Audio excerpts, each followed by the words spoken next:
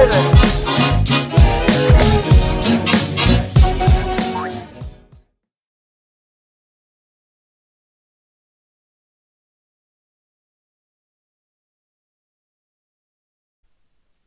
Hello there.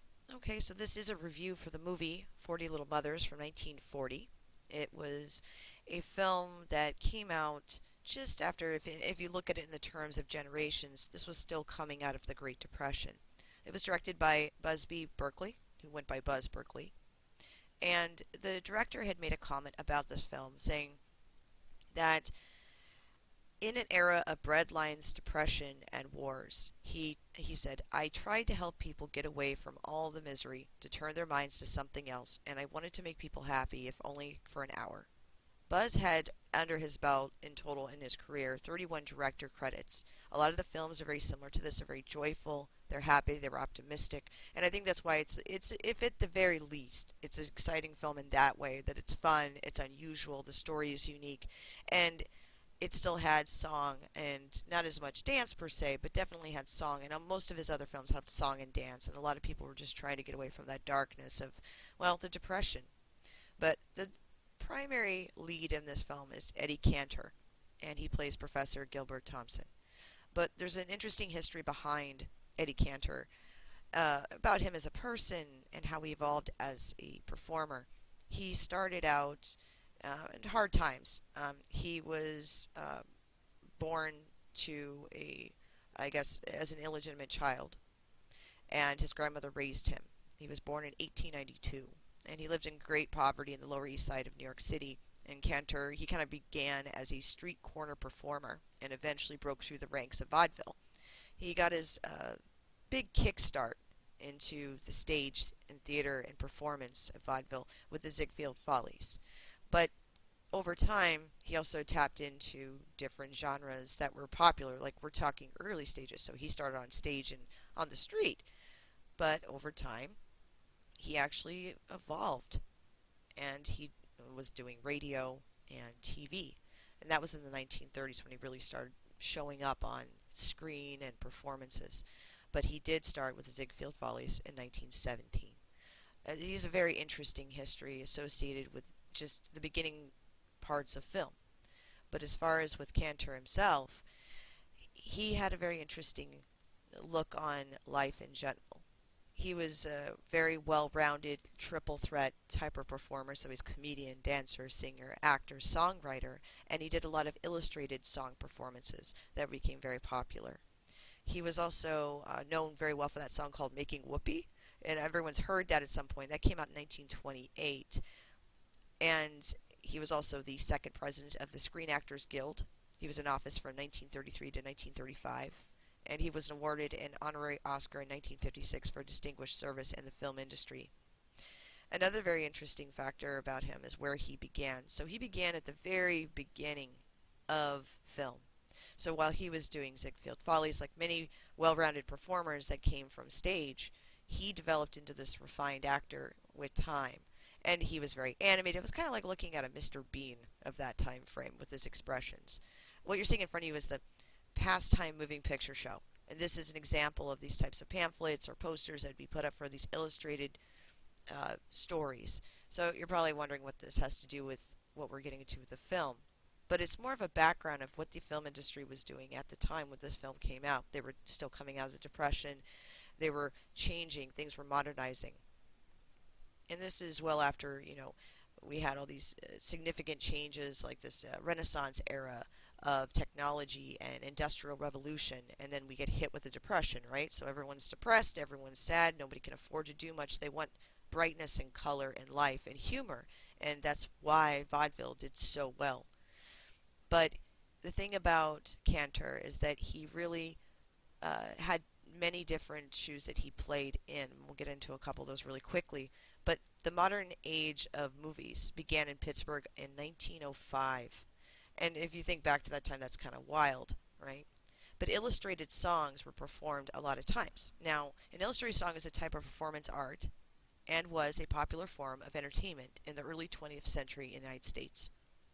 And so live performers, usually both a pianist and a vocalist, and music recordings were used by different venues, vaudeville houses first and later in Nickelodeons, to accompany still images projected from glass slides. So they would be very short animations. So an example, this is a slide of one of those Nickelodeons. So when you go into one of these places, right here is an example, you'd get in line and just go inside and watch these performances. And it's a mixture of live action and moving pictures. So it was very, very popular, and they sold a lot of the song books and maybe some of the slide or pictures that you could look through a viewer, or even just pay maybe 5 or 10 cents to go see several different ones. This is another example of a Nickelodeon. So he was in the beginning of that modernization of the film industry. Now, the name Nickelodeon is a slang word that joined together the price of admission with the Greek term for theater. So the first movie theaters were very modest. Okay, they were often storefronts, and eventually they turned into theaters that we see today. But they skyrocketed from 1905 to 1914 is when they just really blew up, and then movie exhibitions and movie theaters that we have today all came from this. And he was part of that movement in many, many ways as a performer. So Eddie Cantor was a very popular performer among many. Of course, there was a lot of different performers, but at the time this film came out, he was very recognizable, and even now his songs and things are still repeated. People still refer to them. One of the roles that he's not as often attributed to, which it should be, I think it should be more well known, is that he had a very special relationship with the March of Dimes. He's actually the one that coined the phrase a March of Dimes. And a lot of this had to do with coming out, several different things. Eddie Cantor actually had 5 children, and he stayed married to the same woman. He had a deep love for family and just that connection between people, and he also had a soft spot for humanitarian causes, but one of these happened to be polio. And it had a lot to do with our current state of affairs in the United States, because FDR, which is Franklin D. Roosevelt, was in office and he suffered with polio. So beginning in 1934, the fight against polio was commonly associated with the annual birthday balls that were held on the January 30th in honor of Franklin D. Roosevelt. Okay, these lively fundraising parties were organized in cities throughout the country. Okay, and especially as we were emerging from the Great Depression, there was a lot of cases of people not getting medical assistance and not having access, or at least affordable access to health care. So they were looking for a unique way to find a solution to get a cure for polio and to do outreach to the community. So after FDR issued a proclamation announcing the creation of the National Foundation for Infantile Paralysis, okay, which is what the March of Dimes used to be, on September 23rd of 1937. This was to carry on the battle against polio on a more national basis. And it was left to Eddie Cantor and other promoters to organize a fundraising strategy for the next birthday ball in California that year. And this was in 1937 that they started this for 1938. So Cantor met with the heads of Warner Brothers and the offices over at Metro Goldwyn Mayer to kind of discuss what they can do. So in the meeting, Cantor recalled a successful 30-second radio appeal for relief funds after a catastrophic river had hit and flooded the areas there in Mississippi. So applying the same idea for the National Foundation, he goes, I am sure that all of the national radio programs originating in Hollywood would deviate 30 seconds to this great cause. He suggested that the money raised could be directed to the White House pending the approval of the president. After another moment of reflection, he suggested we could call it the March of Dimes. And this idea brought on the general approval. And where he got that phrase from was back then they had little newsreels they used to play, little incremental newsreels that may last 30 seconds to 90 seconds on screen when you go watch a movie in a regular, say, motion picture theater. And one of them was called a March of Time. So they decided to do a March of Dimes. So it was the same kind of idea. And people would recognize that and go, I've seen a newsreel that looks very similar to that. So the first 30-second radio ad was given by Eddie Cantor in January of 1938, shortly before that birthday ball was expected for the president. And he said in his ad, the March of Dimes will enable all persons, even the children, to show our president that they are with him in this battle against this disease. Nearly everyone can send in a dime or several dimes. However, it only takes 10 dimes to make $1. And if 1 million people send only 1 dime, the total will be 100,000. And they would go on to raise over $268,000. And on the eve of his birthday, President Roosevelt went on the air to express his thanks, and the March of Dimes began its journey to fight polio and other childhood diseases. So Eddie Cantor has a very colorful past that still affects us today in small ways that we don't even realize. Small things make a big difference. So I just thought that was a very interesting eh, take on it, to be honest with you. So anyway, let's move on to our next actress. We're going to go through these quickly and then head to the film. So let's head on over.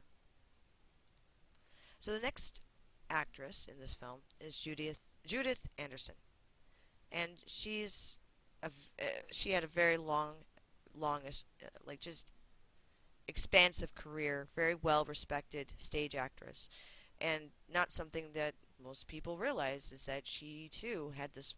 I mean, when at the time this film came out was 1940, but she already had several projects and films that she had done, stage performances, and numerous, I guess, best way to put it, numerous awards given to her throughout her life, and we're going to get into that very quickly.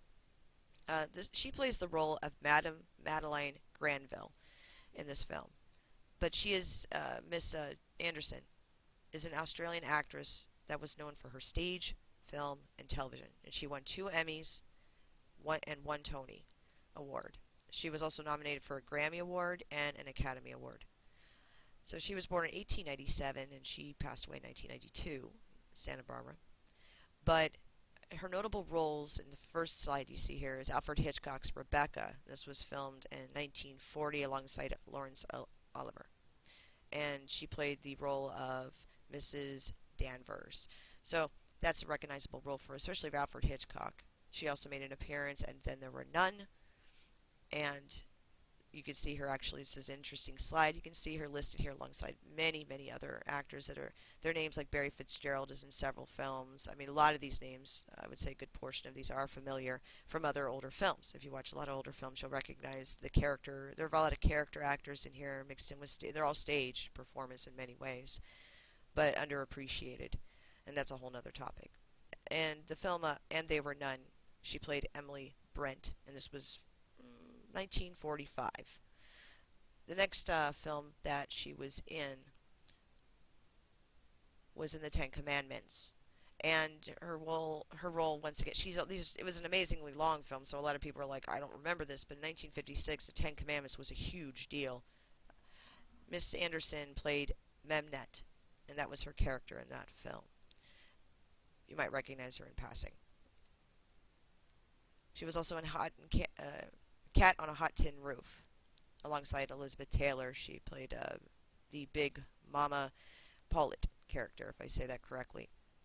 Cat on a Hot Tin Roof came out in 1958.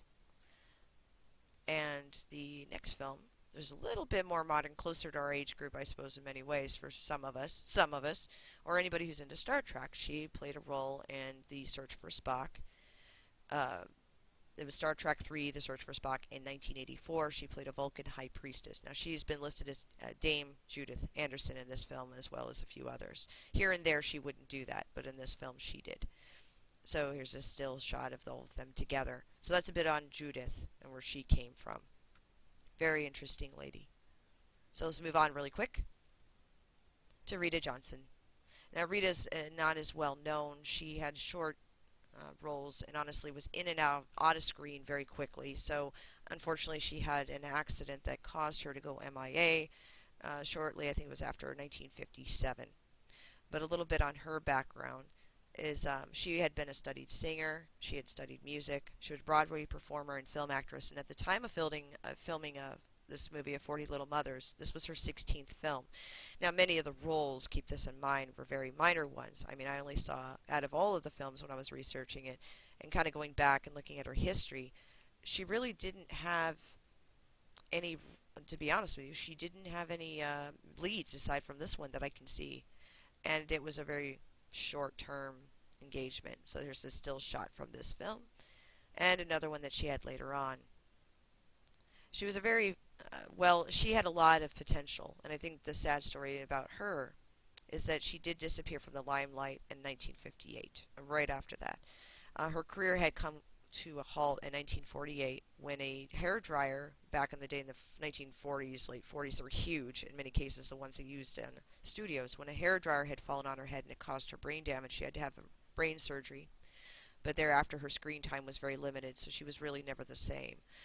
Miss Johnson, therefore, struggled with alcoholism and slowly disappeared from Hollywood. She died in Los Angeles, California, on October 31st of 1965, and an autopsy showed that she suffered from liver disease and alcohol-induced inflammation of the brain. She was only 52. It is a sad story because she was a young woman when this accident happened, and she had such a bright career. And during the film, specifically, her performances, you do take notice to her right away. And she does have something about her, and you can kind of see that in some of the actors and actresses that of this time frame. So it was sad to see where she kind of disappeared off the radar from roles and not really being given significant roles. She had a lot of, she's still a beautiful person, a very talented actress, and I think this film was definitely a feather in her cap, if I may evoke some old school talk while we're here. While we're in old school zone, let's just go for it, right? So let's go forward to the next interesting fun fact. This is the baby in the film. Now, they're listed only as one child, and this is pretty common for that time frame. The Quintanilla baby, or baby Quintanilla, is listed as one. But it's actually the role of Chum, which is the baby boy in the film, is being played by two twin girls. Okay, Barbara Deanne and Beverly Deanne Quintanilla. And they were both born on April 22nd, 1939 in L.A.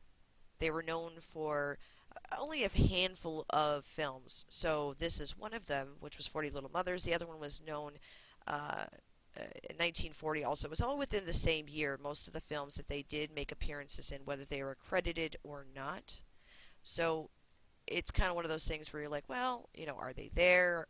They could have gone on and changed their names or married, but they were in Boomtown in 1940, and then they kind of just disappeared off the map. But they did a wonderful performance. They were very good in front of the camera during this film specifically. Honestly, the moments that Eddie Cantor interacted with the babies, or specifically the one baby that makes the appearance on film as Chum, the baby boy, they had my attention right away. I thought it was well done. You could see chemistry between him and the baby. And there's not many films you can say that for. Like, I've watched several films with babies interact with actors, but they do so many cutscenes and edits that you don't really see that charisma go back and forth. So this is why it was so significant to bring up the babies in this particular conversation, because I just thought it was so well done. And he did a wonderful job, in my opinion, of just that, of portraying this character that's, you think is kind of silly or incapable, but in all actuality, he's not.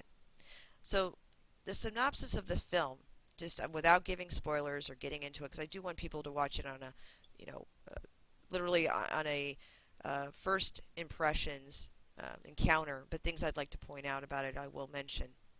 But Eddie Cantor plays an out-of-work college professor who finds himself with this abandoned baby. He happens to be on the wharf one night looking for work. He's out of work. This is pretty common, obviously, post-depression. People are still recovering. Depressions don't go away. They trickle out slowly. So there's still parts of the country at this point struggling. People are dealing with hardships. And he was a college professor and lost his job.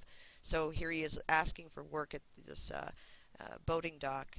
And there's like kind of looks like a train, like a small station area where they would wait for, the boats to come in. And there happens to be this woman there with her child, and she comes out, leaves the child inside in a basket, and comes out, and he doesn't know about the baby at this point. He's standing outside. He sees her about to kill herself. So he stops her, he talks her down, he ends up helping her find, he has a magic to his personality that helps her find a job. But anyway, needless to say, he has no idea about this baby until he walks back into the station for one reason or another. He goes back because he had to go get something, or to go and check about a job. I think that was it, excuse me. He had to go back and check on a job, and he had to get some information. He goes back inside and he finds the baby in the basket. And so that's when he starts questioning everyone, and he takes this as it's so common to find abandoned babies at train stations and any kind of, like, even a bus station or subway stations. these were all types of things that were very common around the world at this time, especially as we're coming close to the beginning of World War One, or excuse me, World War Two. You're coming out of depression to go into a world war. So there was a lot of people that were in desperate times. If his mother was ill, she was, quote, a widow, or maybe she was had an illegitimate child, she would abandon this child in a public place knowing that somebody would take the baby at least and leave maybe a note, in many cases nothing at all, maybe if they're lucky, some clothing and so on. But it wasn't uncommon. So he finds this abandoned baby and takes it upon himself to take in this little baby boy. And this baby becomes like a welcomed addition in his life. And his character, Gilbert Thompson, this professor, ends up in a situation where he is given a job opportunity to work at an all-girls school. And so, of course, he takes it, which, anybody who needs a job desperately enough, you're like, I'll take that job, absolutely. And without prejudice, he wants to, be able to survive.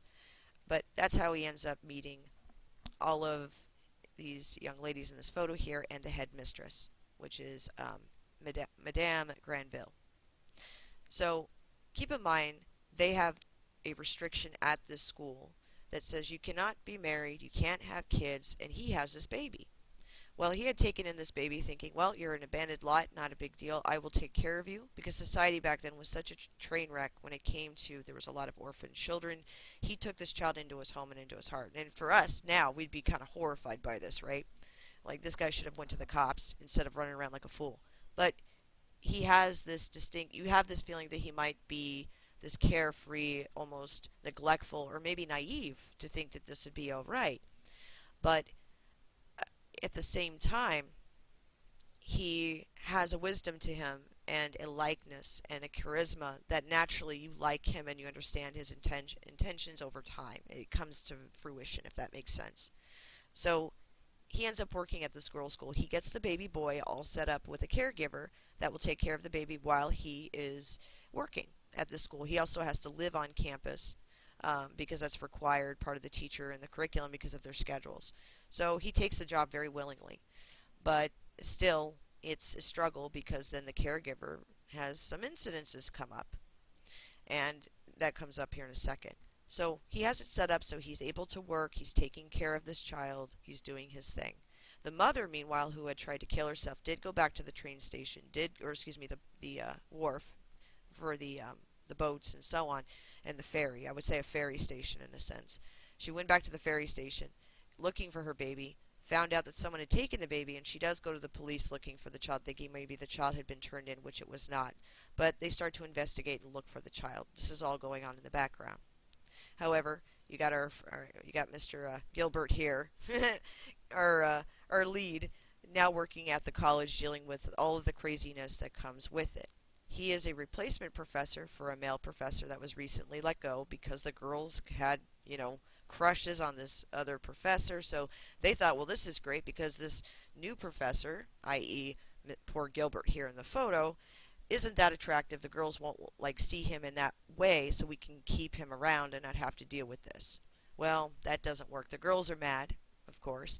So they start to come up with solutions of how to get rid of him. So they pretend they all have the hots for him and send him love letters. And of course that upsets the headmaster. And there's all kinds of great comedy that come into play with this. There are definitely certain dynamics there that were funny, especially even now they're funny. Now, the thing that the girls start to realize, however, is that something is up because suddenly his caregiver, who was taking care of the baby, can't take care of the baby anymore. And he, as a result, is stuck with this little one. So now he's got the baby boy with him at the school. He's hiding the baby. Well, the girls find out.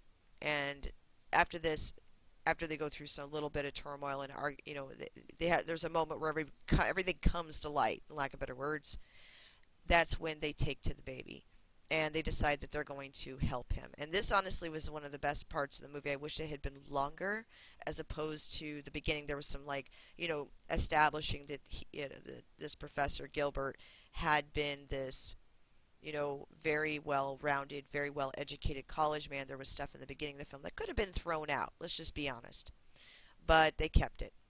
Anyway, needless to say, though, the girls start to help him with the baby, and this is coming from a school that is seems very sports orientated. There's not a lot of domestic classes, so back then that was kind of, in a sense, this was considered a liberal school in a sense for girls, because you see them out kayaking and you see them doing all these other things but not doing any home economics, right? And especially for a film in the 1940s, that was considered wild talk, So the majority of the people that run the school are, lack of better words, uh, what they would have as a stereotypical spinster. So they're all wearing very dark clothes. They have their hair pinned up, just like you saw in the original slide, where uh, Judith Anderson is standing there before him with the girls. So, needless to say, I thought that was a very interesting piece of, I don't know, mild reminders of what's okay for society as female roles and things like that. And, I don't have it. When I watch these films, I keep in mind the time frame of when they were made. I don't get easily offended by that, so I hope that's being said well there. But needless to say, though, the girls do help him. They help him with getting the baby new clothes. There's a lot of really funny scenes that come into play, and I absolutely would recommend watching it. That's the part that I have to point out repeatedly. The acting and the interactions between different actors. There was a lot of really wonderful scenes. Some stuff could have been cut short, to be honest. Other things could have been just left, to sit aside. But overall, it was a good film. I didn't find myself that bored. There was one particular scene I wanted to mention. If you decide after you watch this, of me rambling on and getting into ridiculous detail, that you want to watch this, there's one scene where it really got me. It's a scene in the beginning, probably about 15 minutes into the film, and Cantor is singing to the baby to kind of ease the baby into a slumber for the first night at his boarding house that he was originally living in before he got the job at this school. The song is called Little Curly Hair in a High Chair, and it's absolutely the sweetest thing you've ever heard, right? It's the kind that melts anybody's heart who has any kind of child in your life. I highly recommend listening to his version. But the song Little Curly Hair in a High Chair was attributed to singer Fats Waller, an African-American singer, and it was a shorter version that he sang. And the lyrics were written, music and lyrics were written by Charles Tobias and Nat Simon. Eddie Cantor's version here in this movie is the full version of the song, and this is often more attributed to Cantor as the introduction of the full song in use. There was also, I believe, was Grace Allen as the other one who would sing the song as well, but Cantor obviously had that star power at the time. So this interaction between Cantor and the baby in this scene, it was really obvious that there was great chemistry between them, and the child naturally interacted with him. And at the time, he was a proud father of 5, okay, in real life. So he had this perfect little, back and forth between the two of them in this scene. It was very touching, and it sold me on the film very quickly after that. I had wished there had been more scenes like this in the film, but the film continues on with its own beat of comedy and a little bit of dramatics and kind of a little bit of slapstick, but not too much. Now, there was an interesting tidbit about this scene between Cantor and the baby. That I had found in a book called about the director Buzz Berkeley. It's called Buzz: The Life and Art of Busby Berkeley by Jeffrey Spivak. The quote is, on January 19th, 1940, the scenes with Eddie Cantor and Chum, which is baby Quintanilla in the film, were shot shortly after Eddie passed out cigars at the studio. This was the day he had become a grandfather for the first time. His daughter had had a girl. So it really, I'll say that I believe that definitely influenced his performance and the way that they interacted. It was sweet. It was probably the sweetest thing I'd seen in a movie in a while. And honestly, it's moving if you've been a parent or have a niece or nephew or children of your own, whatever. It was really one of those scenes that stuck out to me. Now, as far as overall with the film, my opinion. I definitely believe that there are scenes that could have been cut out. the beginning portion of the film where they were at the university with his old college chums, and they were having like a party of a reunion of all their fraternity brothers. That could have been cut. That could have been discussed later in the film. There was other scenes where I wish it had been extended, such as the girls hiding the baby on behalf of him. So they're, making clothes, they're hiding stuff around the school, that kind of thing. That could have been done in different ways. They could have done different scenarios. I also think that some stuff lingered a little longer that was unnecessary. But otherwise, if I'm looking at it through the scope of, I don't want to give away everything in the film. So I'm not going into the rest of the film and the end of the film. But it was a happy film. You walk away feeling a little happy with it. And there's nothing wrong with going and seeing a film where people genuinely, everything kind of happens in a positive way and it leaves it on a positive note. And I think that's where I leave it. I give it a 7 out of 10, and there's about 7 out of 10 nuts on that one. 7 out of 10 nuts. That seems fair. Anyway, so that's my review on 40 Little Mothers with Eddie Cantor. I know this was longer than I intended, but I wanted it to be a little thorough and a little history as we go along, because when you look at old films, you cannot judge a film based on our modern standards of what film is. You have to consider, I'm sure there's tons of other stuff that I've missed reviewing or discussing on this film, because there's numerous things that went on. But the players in the film, the performances, and the music too, all these things in a society that was coming out of depression and about to enter the World War II debacle that we saw and hear of to this day. So I highly recommend it. It's a fun watch. It's family friendly. There's nothing there that's too wild or crazy or useless. In the end, it's just a well-rounded film that I suggest. So anyway, from the Squirrel to you guys, you have a good day, and I will talk to you all later. Bye. Bad Squirrel.